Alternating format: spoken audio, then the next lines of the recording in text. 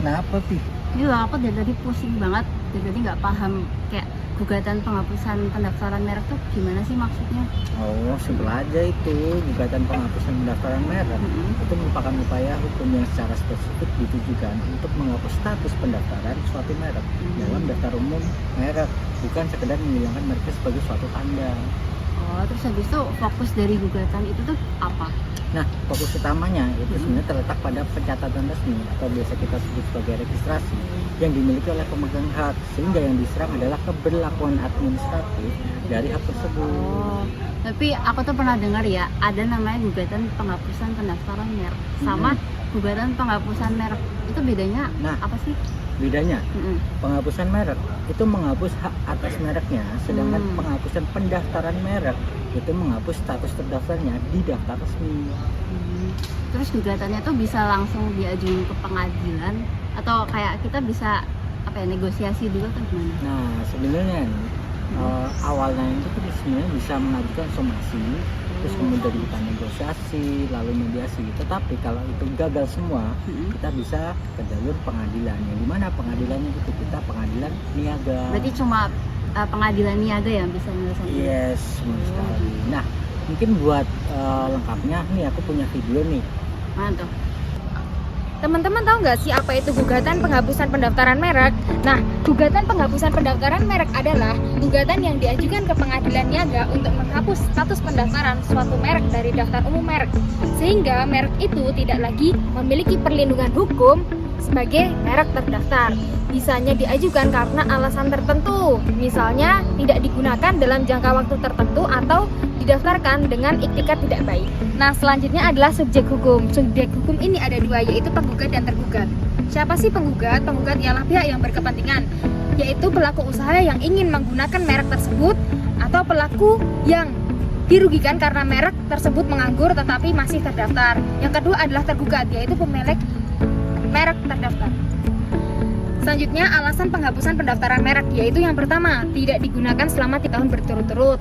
Merek digunakan tidak sesuai dengan yang didaftarkan. Yang terakhir adalah alasan lain yang menunjukkan merek tidak lagi berfungsi sebagai tanda pembeda.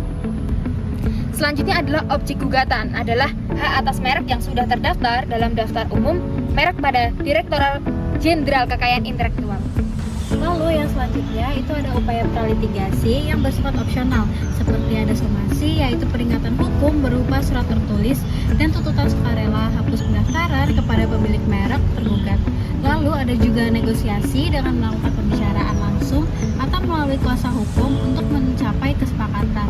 Ada juga mediasi dengan menggunakan mediator netral untuk fasilitasi kesepakatan yang mengikat. Nah, gugatan penghapusan merek itu hanya bisa diselesaikan di pengadilan niaga. Lalu bagaimana sih tahap penyelesaiannya? Nah, tahap yang pertama itu ada tahap administratif. Tahap administratif ini, penggugat mendaftarkan gugatan penghapusan merek ke pengadilan niaga dengan melengkapi dokumen dan membayar biaya perkara. Setelah itu, pengadilan memberikan nomor perkara dan menentukan jadwal sidang. Untuk jangka waktunya sekitar beberapa hari sampai dengan 1 minggu. Lalu untuk tahap yang kedua itu ada tahap persidangan. Pada tahap ini persidangan dimulai dengan pembacaan gugatan oleh penggugat, lalu tergugat memberikan jawaban. Setelah itu dapat dilanjutkan dengan replik dan duplik untuk memperjelas pendapat masing-masing pihak. Prosesnya sekitar 2 hingga 4 minggu tergantung jumlah sidang. Lalu yang ketiga yaitu ada tahap pembuktian. Pada tahap ini para pihak menunjukkan bukti untuk mendukung dalilnya, seperti dokumen, saksi, ahli, atau hasil survei pasar. Hakim kemudian menilai apakah alasan penghapusan merek terbukti atau tidak. Nah, jadi selanjutnya ada putusan pengadilan, di mana dalam hal ini hakim itu mempertimbangkan semua bukti dan fakta dan membacakan putusannya.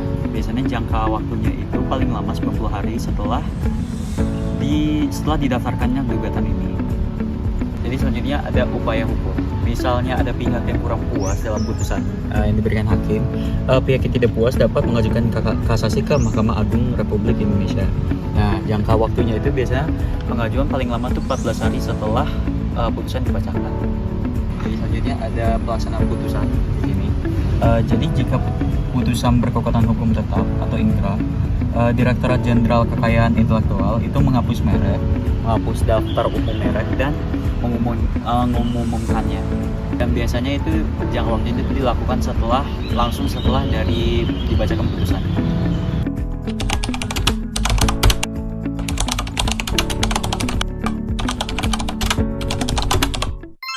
Nah, jadi putusan ini merupakan perkara gugatan penghapusan pendaftaran merek yang diajukan oleh Design Pil Inc. terhadap PT Nusa Sastra Tara Utama terkait merek Midori.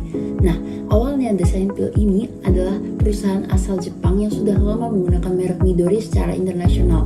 Namun, ketika ini mendaftarkan merek tersebut di Indonesia, ternyata merek tersebut sudah lama lebih dulu terdaftar atas nama tergugat. Masalah muncul karena merek yang sudah terdaftar di Indonesia tersebut ternyata tidak dikenakan dalam kegiatan perdagangan. Untuk membuktikan hal ini, penggugat melakukan survei pasar di beberapa kota besar dan juga marketplace, dan hasilnya menunjukkan bahwa produk dengan merek tersebut tidak ditemukan beredar di Indonesia. Nah, berdasarkan kondisi tersebut, penggugat mengajukan gugatan ke Pengadilan Niaga berdasarkan pasal 4 terkait dengan Undang-Undang Merek yang menyatakan bahwa merek dapat dihapus jika tidak digunakan selama 3 tahun berturut-turut. Dalam proses persidangan, tergugat tidak hadir meskipun sudah dipanggil secara sah, sehingga perkara tetap diperiksa secara first take. Majelis hakim kemudian menilai 2 hal utama, yaitu apakah penggugat merupakan pihak yang berkepentingan dan apakah benar merek tersebut tidak digunakan. Setelah mempertimbangkan bukti-bukti, termasuk hasil survei pasar, hakim menyimpulkan bahwa merek tersebut memang tidak digunakan selama 3 tahun berturut-turut. Akhirnya, pengadilan mengabulkan gugatan penggugat yang menyatakan penggugat sebagai pihak yang berkepentingan serta memerintahkan penghapusan pendaftaran merek Midori dari daftar umum merek. Kesimpulannya, putusan ini menegaskan bahwa hak atas merek tidak hanya cukup didaftarkan, tetapi juga harus digunakan secara nyata dalam perdagangan. Jika tidak, maka dapat dihapus melalui gugatan.